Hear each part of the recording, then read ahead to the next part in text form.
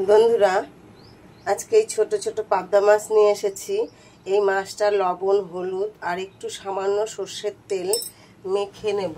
তাহলে তেলটা মেখে নিলে এসে আপনার যেহেতু আঁশ নেই, ছিটবে কম। এটা পুরো বিনা মশলাতেই রান্না হবে। ছোট পাবদা মাছের রেসিপি নিয়ে এসেছি। এই রান্নাটা হলে সবাই একটু বেশি ভাত খাবে। একদম অল্প মশলায় আমি রান্না করব।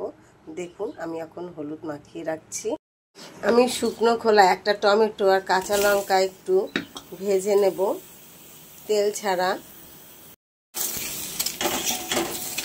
জলটাকে একদম শুকিয়ে নেব। এইভাবে করে দেখবেন বন্ধুরা, তরকারিটা অনেক স্বাদ হয়। তেলটা খুব সুন্দর করে গরম করে নিয়েছি। এইবার আমি বেগুনটা ভেজে নেব। বেগুনগুলো ভেজে নেব সুন্দর করে, একটু বেশি তেল দিয়েছি। এগুলো ভেজে তুলে নিয়েছি। এইবার আমি মাছগুলো ছেড়ে দেব।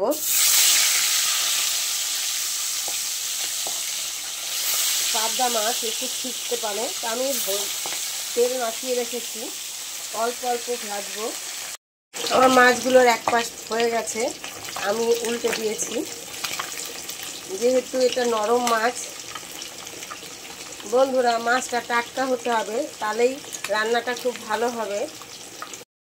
কাঁচা লঙ্কা আর টমেটো আমি শুকনো খোলায় ভেজে রেখেছিলাম, এটা পেস্ট করে। আমার মাছগুলো সব ভাজা হয়ে গেছে। এখন আমি আলুটা ভেজে নেব।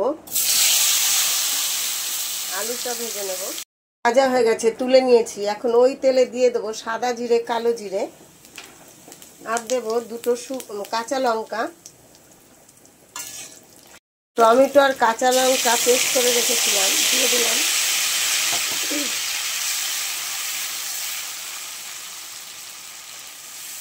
এবার দিয়ে দেবো সামান্য একটু হলুদ।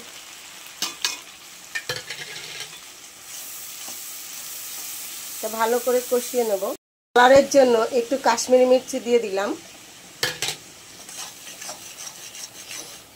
এবার এখানে দিয়ে দেবো লবণ দিয়ে দিচ্ছি। একবারে দেওয়ার দরকার নেই, পরে লাগলে আরেকটু দেবেন। এবার আমি দিয়ে দিচ্ছি আলুটা দিয়ে আবার কষাবো।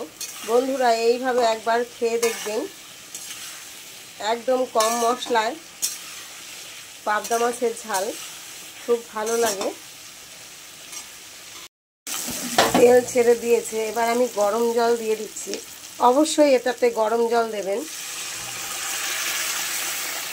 যে যেরকম ঝোল খাবেন সেরকম হিসাবে দেবেন।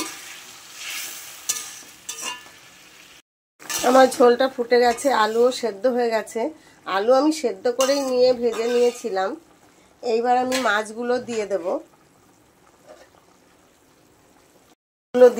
আলতো হাতে দিতে হবে, এই মাছ খুব নরম, ভেঙে যায়। আলতো হাতে আমি মাছগুলো দিয়ে দেবো ধনে পাতা। আপনারা না থাকলে দেবেন না, একটু ধনে পাতা দিয়ে দেবো। এবার আমি বেগুনটা দিয়ে দেবো। বেগুনটা দিয়ে বেশি জাল দেবো না, কেন বেগুনটা আমার পুরো ভাজা আছে। এইভাবে করলে বন্ধুরা পাবদা মাছের ঝাল খেতে খুব ভালো লাগে।